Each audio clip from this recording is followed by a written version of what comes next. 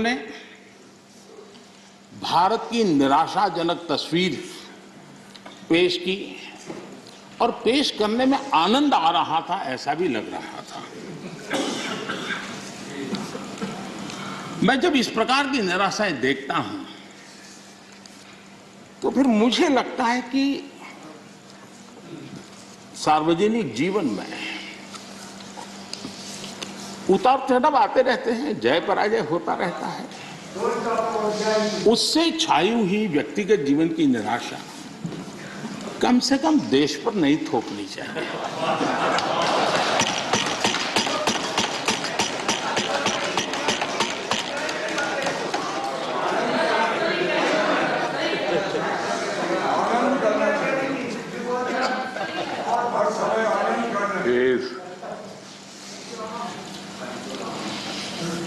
मैं जानता नहीं, लेकिन हमारे यहाँ गुजरात में एक बात है, शरद राव जानते होंगे, वो जहाँ महाराष्ट्र में भी होगा।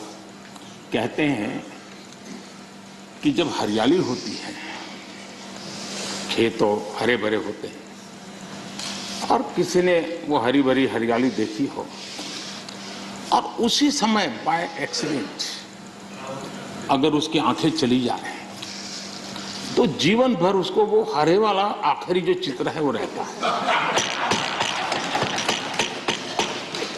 वैसा 2013 तक के जो दुर्दशा में गुजारा और 14 में अचानक देश की जनता ने जो रोशनी की, उसमें जो आंखें किसी की चली गई हैं, उनको पुराने दिन ही दिखते हैं। आदरणीय सभापति जी,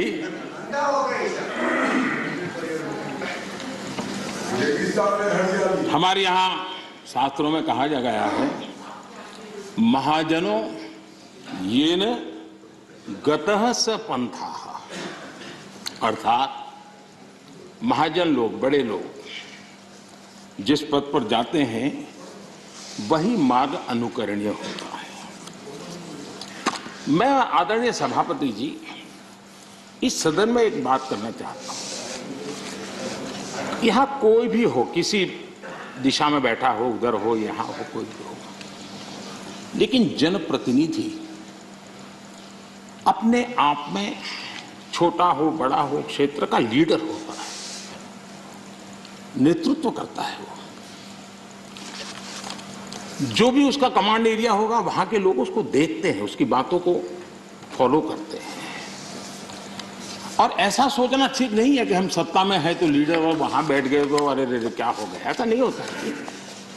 कहीं पर भी आप है, अगर जनप्रतिनिधि हैं, आप सच्चे अर्थ में लीडर है। और लीडर अगर इस प्रकार से सोचेगा, ऐसी निराशा से भरा हुआ लीडर होगा, तो क्या होगा भाई? क्या यहां बैठे तभी देश की चिंता करनी और वहां बैठे तो देश के अपने क्षेत्र के लोगों की नहीं करनी? ऐसा होता है क्या?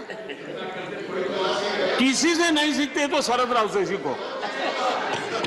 मैंने देखा है शरद राव इस उम्र में भी अनेक बीमारियों के बीच भी क्षेत्र के लोगों को प्रेरणा देते रहते हैं। हमें निराश होने की जरूरत नहीं भाई। और क्योंकि आप अगर निराश होते हैं तो आपका जो क्षेत्र भले अब धीरे कम हो गया होगा, लेकिन जो भी होगा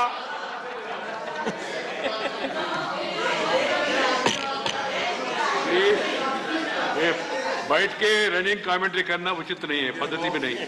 हम सबका दायित्व है। सुनिए क्या है, बाद में जब आपको मौका मिला आपने बोला।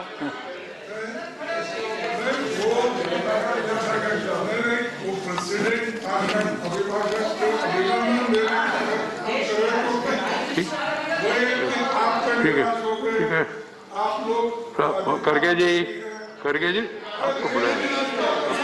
ठीक ठीक, नहीं ये तो ये रिकॉर्ड में जाएगा नहीं। ये रिकॉर्ड में नहीं जा रहे, अननेसेसरी।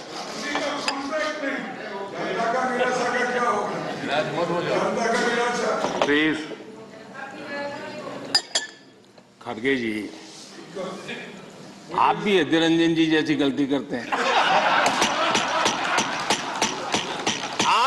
आप थोड़ा पीछे देखिए, जयराम जी ने पीछे जाकर के 2-3 लोगों को तैयार किया हुआ है इस काम के लिए। आप इस प्रतिष्ठा से रहिए, पीछे है, रखा है व्यवस्था। जयराम जी खास जाकर के बाहर जाकर के सूचना लेकर के आए, समझा रहे थे। अभी थोड़ी देर में शुरू होने वाला है।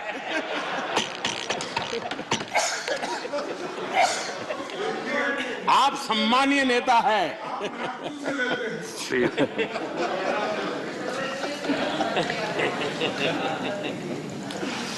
आदरणीय सभापति जी, सत्ता किसी की भी हो, सत्ता में कोई भी हो, लेकिन देश के सामर्थ्य को कम नहीं आंकना चाहिए।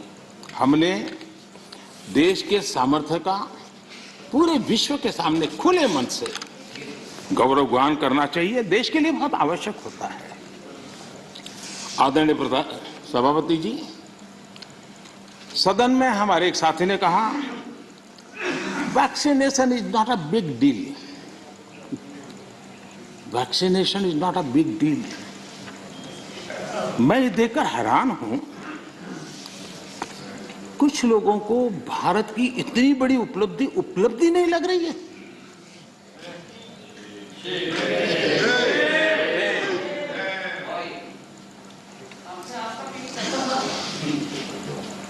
एक साथी ने यह भी कहा कि टीकाकरण पर व्यर्थ खर्च हो रहा है। ये देश सुनेगा तो क्या लगेगा ऐसे लोगों के लिए।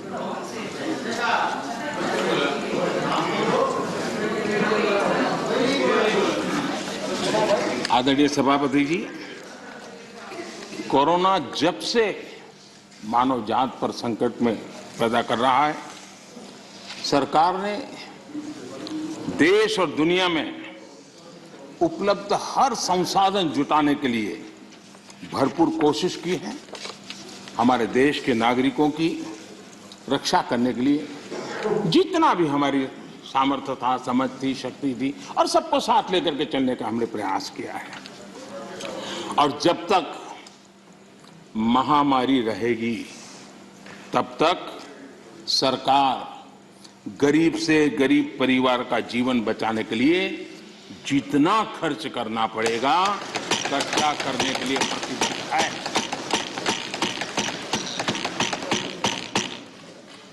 लेकिन कुछ दल के बड़े नेता बीते 2 सालों में उन्होंने जो अपरिपक्वता दिखाई है, उससे देश को भी बहुत निराशा हुई है। हमने देखा है कि कैसे राजनीतिक स्वार्थ में खेल खेले गए हैं। भारतीय वैक्सीन के खिलाफ मुहिम चलाई गई। थोड़ा सोचिए, जो पहले आपने कहा था, आज जो हो रहा है, उसको थोड़ा दोनों साथ मिलाकर देखिए। हो सकता है सुधार की संभावना हो तो कुछ काम आ जाएगा। आदरणीय सभापति जी, देश की जनता जागरूक है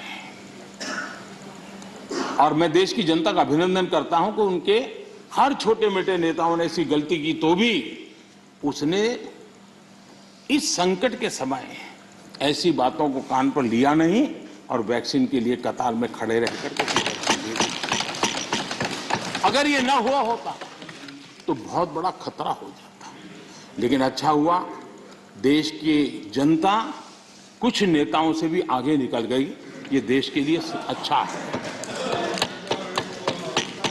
आदरणीय सभापति जी, इस पूरा कोरोना कालखंड एक प्रकार से फेडरल स्ट्रक्चर का उत्तम उदाहरण मैं कह सकता हूं। 23 बार शायद किसी एक प्रधानमंत्री को एक कार्यकाल में मुख्यमंत्रियों की इतनी मीटिंग करने का अवसर नहीं आया होगा। मुख्यमंत्रियों के साथ 23 मीटिंगें की गई और विस्तार से चर्चाएं की और मुख्यमंत्रियों के सुझाव और भारत सरकार के पास जो जानकारियां थी उसमें मिलजुल करके, क्योंकि इस सदन में राज्यों से जुड़े हुए वरिष्ठ नेता यहां बैठे हैं और इसलिए मैं ये कहना चाहूंगा, ये अपने आप में बहुत बड़ी घटना है। 23 मीटिंगें करना इस कालखंड में और विस्तार से चर्चा करके रणनीति बनाना और सबको ऑन बोर्ड लेकर के चलना, और चाहे केंद्र सरकार हो, राज्य सरकार हो या स्थानीय स्वराज की संस्था की इकाइयां हो, सबने मिलकर के प्रयास किया है। हम किसी की योगदान को कम नहीं आंकते हैं, हम तो इसको देश की ताकत मानते हैं। लेकिन आदरणीय सभापति जी, कभी आत्मचिंतन करने की जरूरत है कुछ लोगों को। जब कोरोना की ऑल पार्टी मीटिंग बुलाई गई, सरकार की तरफ से विस्तार से प्रेजेंटेशन देना था और एक तरफ से कोशिश की गई कि कुछ दल न जाए, उनको समझाने की कोशिश हुई और खुद भी नहीं आए, ऑल पार्टी मीटिंग का बहिष्कार किया। और मैं शरद राव जी का फिर से आभार व्यक्त करना चाहूंगा। शरद राव जी ने कहा, देखिए भाई, ये कोई यूपीए का निर्णय नहीं है, मैं जिसको कह सकता हूं मैं कहूंगा। और शरद राव जी आए, बाकी टीएमसी सहित सभी दल के लोग आए और उन्होंने अपने बहुमूल्य सुझाव भी दिए। ये संकट देश पर था, मानव जात पर था, उसमें भी आपने बहिष्कार किया। ये पता नहीं आपके एडवाइस की कौन है जी, कौन कहां से आप सलाह लेके आते हैं, आपका भी नुकसान कर रहे हैं जी। देश रुका नहीं, देश चल पड़ा, आप अटक गए और हर एक को आश्चर्य हुआ। सब लोग, आप दूसरे दिन के अखबार देख लीजिए, क्या आपकी आलोचना हुई है, क्यों ऐसा किया, इतना बड़ा काम। लेकिन आदरणीय सभापति जी, हमने होलिस्टिक हेल्थ केयर पर फोकस किया। आधुनिक चिकित्सा परंपरा, भारतीय चिकित्सा पद्धति, दोनों को आयुष मंत्रालय ने भी समय बहुत काम किया। सदन में कभी कभी ऐसे मंत्रालयों की चर्चा भी नहीं होती है, लेकिन ये देखना होगा, आज विश्व में हमारे आंध्र तेलंगाना के लोग बताएंगे, हमारी हल्दी का एक्सपोर्ट जो बढ़ रहा है, वो इस कोरोना ने लोगों को भारत की उपचार पद्धति पर आकर्षित किया, उसका परिणाम है। दुनिया के लोगों, आज कोरोना कालखंड में भारत ने अपने फार्मा उद्योग को भी सशक्त किया है। पिछले 7 साल में हमारा जो आयुष का उत्पादन है, उसका एक्सपोर्ट बहुत बड़ा है और नए नए डेस्टिनेशन में पहुंच रहा है। इसका मतलब कि भारत की जो ट्रेडिशनल मेडिसिन है, उसने विश्व में अपनी एक पहचान बनाना शुरू किया है। मैं चाहता हूं कि हम सब लोग जहां जहां हमारा परिचय हो, इस बात को बल दें, क्योंकि इस क्षेत्र हमारा दबा हुआ है। अगर हम थोड़ा उसको, और ऐसे समय है कि स्वीकृति बन जाएगी, तो हो सकता है कि भारत की जो ट्रेडिशनल मेडिसिन की परंपरा है, ताकत है, वो दुनिया में पहुंचेगी और काम होगा। आदरणीय सभापति जी, आयुष्मान भारत के तहत 80,000 से अधिक हेल्थ एंड वेलनेस सेंटर आज कार्यरत है और हर प्रकार की आधुनिक से आधुनिक सेवाओं करने के लिए उनको सजाया जा रहा है। ये सेंटर गांव और घर के पास ही फ्री टेस्ट समेत बेहतर प्राइमरी हेल्थ केयर सुविधा दे रहे हैं। ये सेक्टर कैंसर, डायबिटीज और दूसरी गंभीर बीमारियों को शुरुआत में ही डिटेक्ट करने के में मदद कर रहे हैं। 80,000 सेंटर बने हैं और इसको हम और बढ़ाने की दिशा में तेज गति से काम कर रहे हैं। यानी बहुत महत्वपूर्ण बीमारियों में भी, गंभीर बीमारियों में भी उनको स्थानीय स्तर पर मदद मिलने की संभावना है।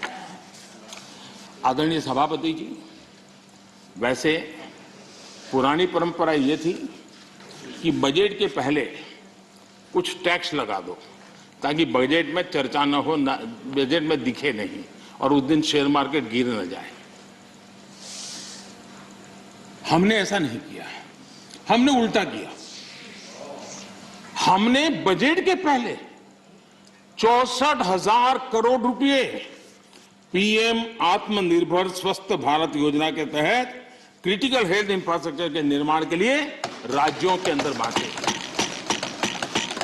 अगर ये चीज हम बजट में रखते तो और बहुत बड़ा बजट शानदार दिखता, शानदार तो है ही है, और शानदार दिखता। लेकिन हम उस मोह के में रखने के बजाय कोरोना के समय इसकी तत्काल व्यवस्था करने के लिए हमने पहले इसको किया और 64,000 करोड़ रुपए हमने इस काम के लिए दिए।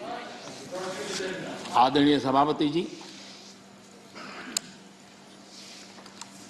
इस बार खरगे जी बड़ा विशेष बोल रहे थे और कह रहे हैं कि मुझे तो कह रहे हैं कि मैं उस पर बोलूं, इधर उधर ना बोलूं, लेकिन वो क्या बोले हैं उसको भी एक बार चेक कर लिया जाए।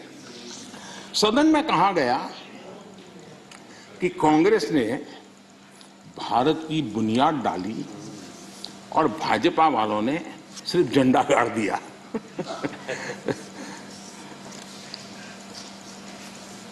आदरणीय सभापति जी,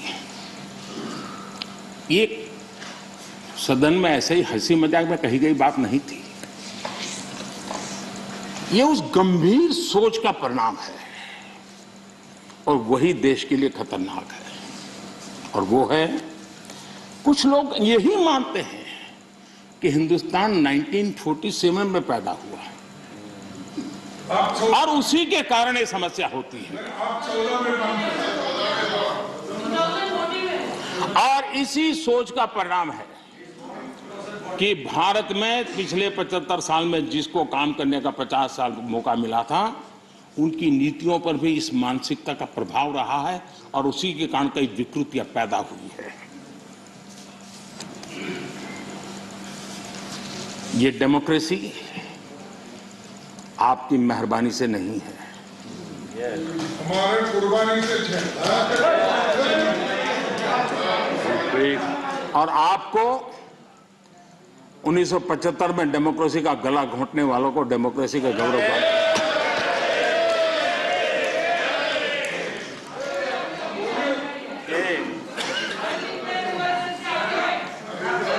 आदरणीय सभापति जी, ये 47 में पैदा हुए हैं ना, ऐसी जो सोच वाले लोग हैं, उन्होंने एक बात दुनिया के सामने गाजे बाजे के साथ कहनी चाहिए थी, वो कहने से कतरा गए। हमें गर्व के साथ कहना चाहिए था कि भारत, मदर इंडिया, ये मदर ऑफ डेमोक्रेसी है।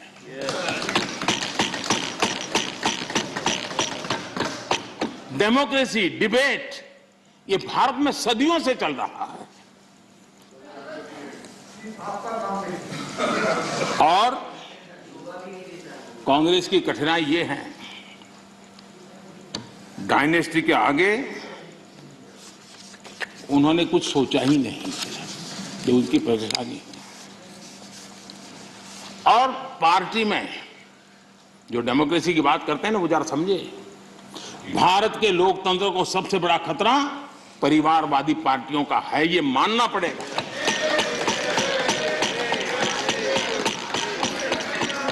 और पार्टी में भी जब कोई परिवार सर्वोपरि होता है, तब सबसे पहली कैजुअलिटी, जब पार्टी में भी कोई एक परिवार सर्वोपरि हो जाता है, तो सबसे पहली कैजुअलिटी टैलेंट की होती है।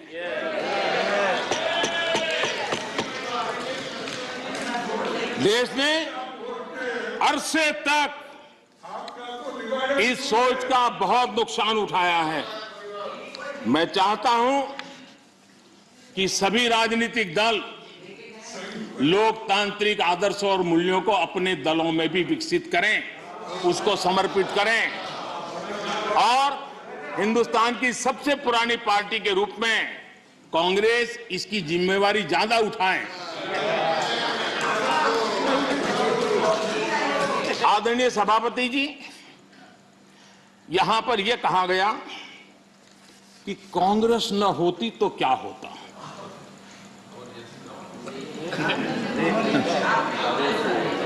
India is Indira, Indira is India, यही सोच का परिणाम है। आदरणीय सभापति जी, मैं जरा बताना चाहता हूं, यह कहा गया है, मैं सोच रहा हूं कि कांग्रेस न